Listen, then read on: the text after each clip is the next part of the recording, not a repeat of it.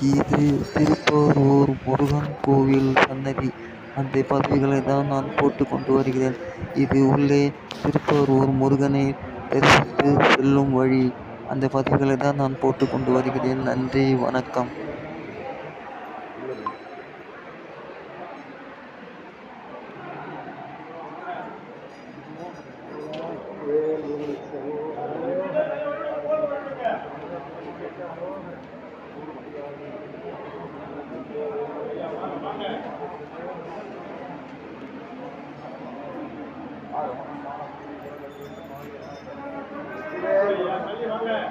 கந்தசாமி பெருமாளுக்கு ஐயா தள்ளி போங்க,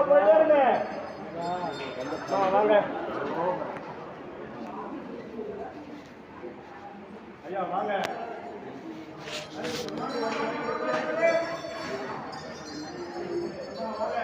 ஐயா